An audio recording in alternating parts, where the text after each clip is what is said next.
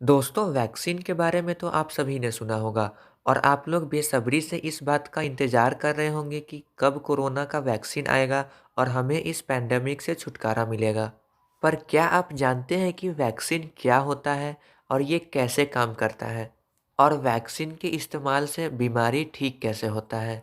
तो आगे देखते रहिए इस वीडियो को। आज के इस वीडियो में मैं आपको बताऊंगा कि वैक्सीन कैसे बनता है, कैसे काम करता है और ये दूसरे इंजेक्शन या दवाई से कैसे अलग है। Hello friends, welcome to root to a channel where you will get everything. तो आइए देखते हैं।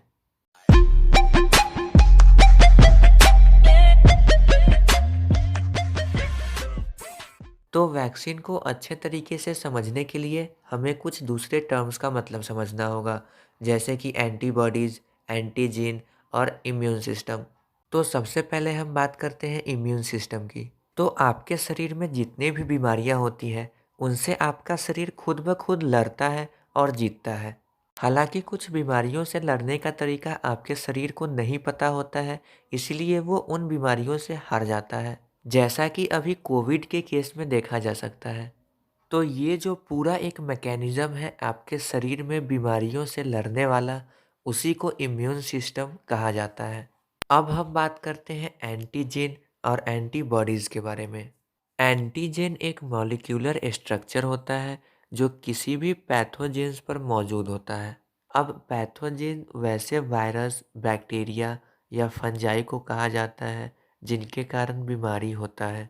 अब अलग-अलग बीमारी वाले पैथोजेन का अलग-अलग एंटीजन भी होता है। अब यहाँ पर एक बात निकल के आती है कि अगर पैथोजेन का काम है शरीर को बीमार करना, तो मैंने आपको एंटीजन के बारे में क्यों बताया?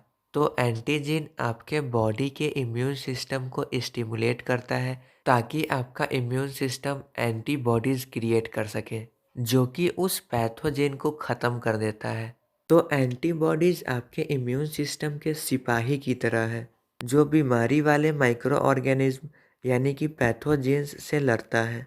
अब क्योंकि अलग-अलग बीमारी का अलग-अलग पैथोजेन होता है और उसका अलग-अलग एंटीजन भी होता है, तो इसीलिए हमारे शरीर में बहुत सारे एंटीबॉडीज़ होते हैं।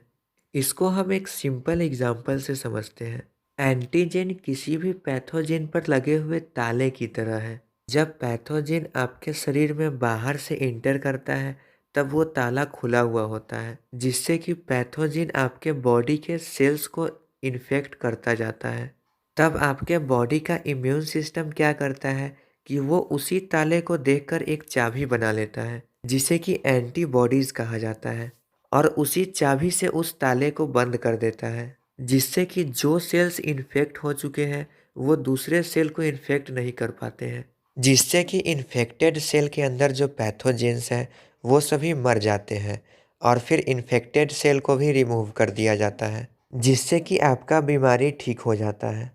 अब यहाँ पर मैंने ताले चाबी का एग्जाम्पल लिया है, पर ऐसा नहीं है कि ये एग्जाम्पल पूरा इमेजिनरी है, बल्कि एक्चुअली में एंटीबॉडीज़ वाई शेप के होते हैं और उनके ऊपर वही सेम स्ट्रक्चर होता है जो कि एंटीजेन्स का होता है, और वही स्ट्रक्चर एंटीजन को बांध देता है।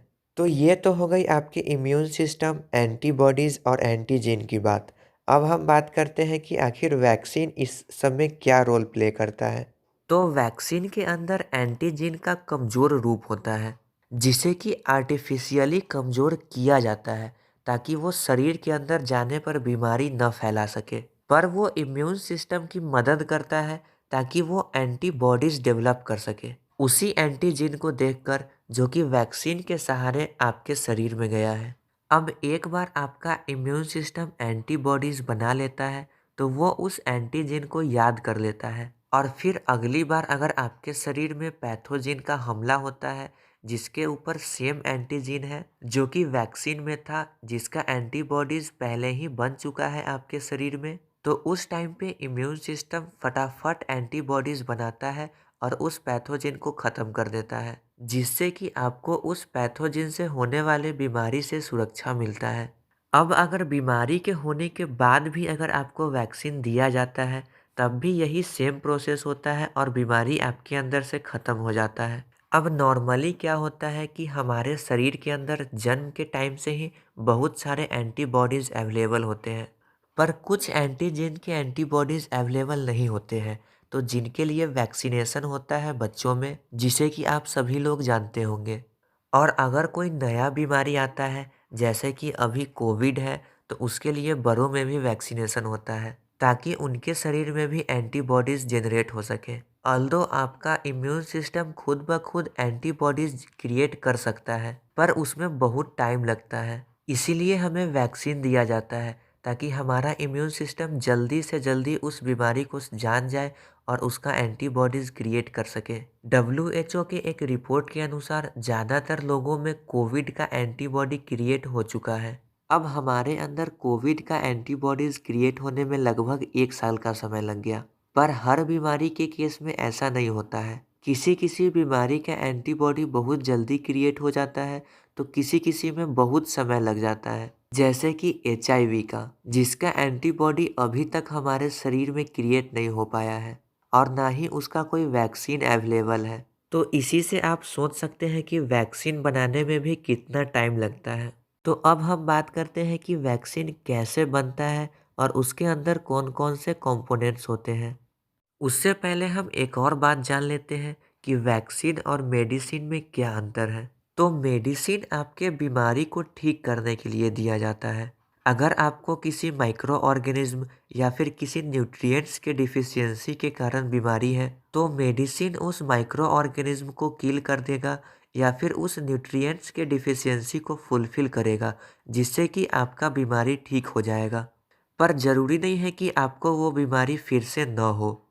एक बार मेडिसिन से ठीक होने के बाद उस माइक्रो ऑर्गेनिज्म या फिर उस न्यूट्रिएंट्स के डिफिशियंसी के कारण वो बीमारी आपको फिर से हो सकता है।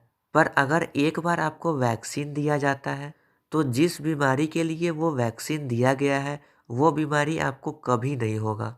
क्योंकि वैक्सीन के मदद से आपका शरीर उस बीमारी से लड़ने के लिए तैयार हो जाएगा। तो अब हम बात करते हैं कि वैक्सीन बनता कैसे है। तो इन सिंपल वर्ड्स, वैक्सीन बनने का कोई भी फिक्स्ड प्रोसेस नहीं है। अलग-अलग वैक्सीन अलग-अलग तरीके से बनता है। पर सभी में एक बात कॉमन है कि हर वैक्सीन में उसी एंटीजन का कमज़ोर या मरा हुआ रूप होता है, जिससे कि आपके शरीर को बचाना है। कमज़ोर इसलिए कि वो आपके शरीर को बीमार ना कर सके, और एंटीजन इसलिए कि उसको देखकर इम्यून सिस्टम एंटीबॉडीज़ क्रिएट कर सके।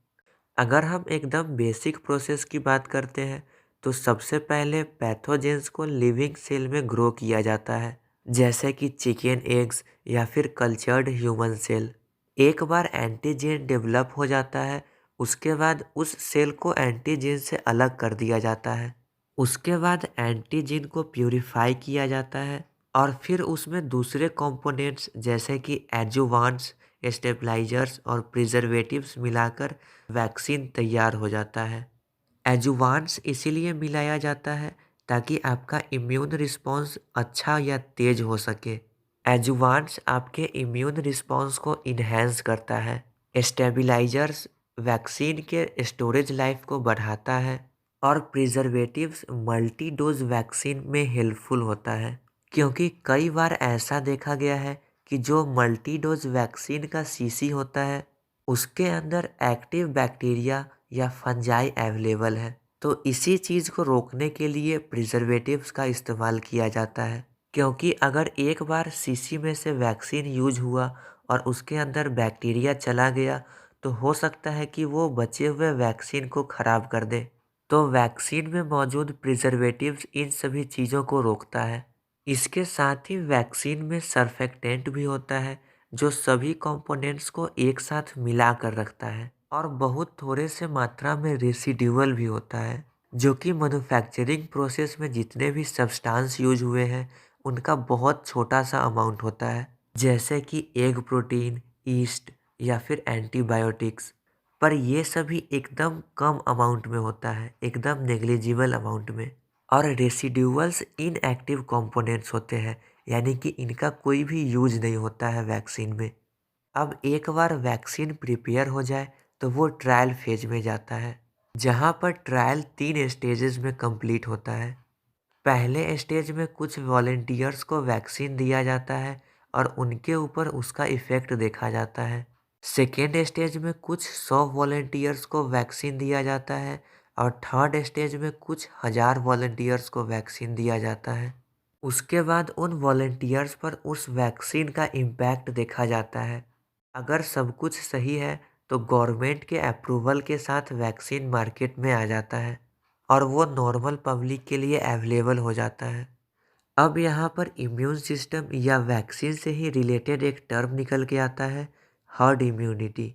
तो बेसिकली हर्ड इम्यूनिटी का मतलब होता है कि एक कम्युनिटी में अगर ज़्यादातर लोग वैक्सीनेटेड है, यानी कि ज़्यादातर लोगों को वैक्सीन दिया जा चुका है और उनका इम्यून सिस्टम इतना स्ट्रांग हो चुका है कि वो बीमारी से फाइट कर सके, तो वो पूरे कम्युनिटी को प्रोटेक्ट कर सकते हैं और बीमारी को फैलने से रोक सकते हैं। अगर उसी कम्युनिटी में कुछ लोगों का इम्यून सिस्टम इतना स्ट्रांग नहीं है कि उस बीमारी से लड़ सके तब भी।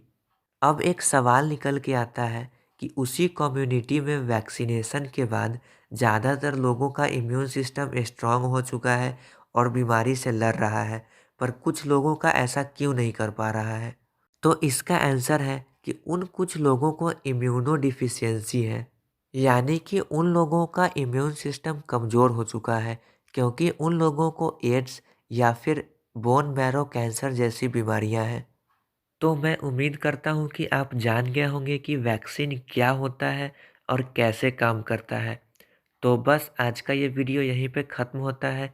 अगर आपको ये वीडियो पसंद आया हो तो लाइक और शेयर ज़रूर कीजिए और चैनल को सब्सक्राइब कीजिए ऐसे ही नॉलेजफुल वीडियोज़ हिंदी में देखने के लिए। और साथ ही नीचे कमेंट्स में लिखकर ज़रूर बताइए कि आपको ये वीडियो कैसा लगा।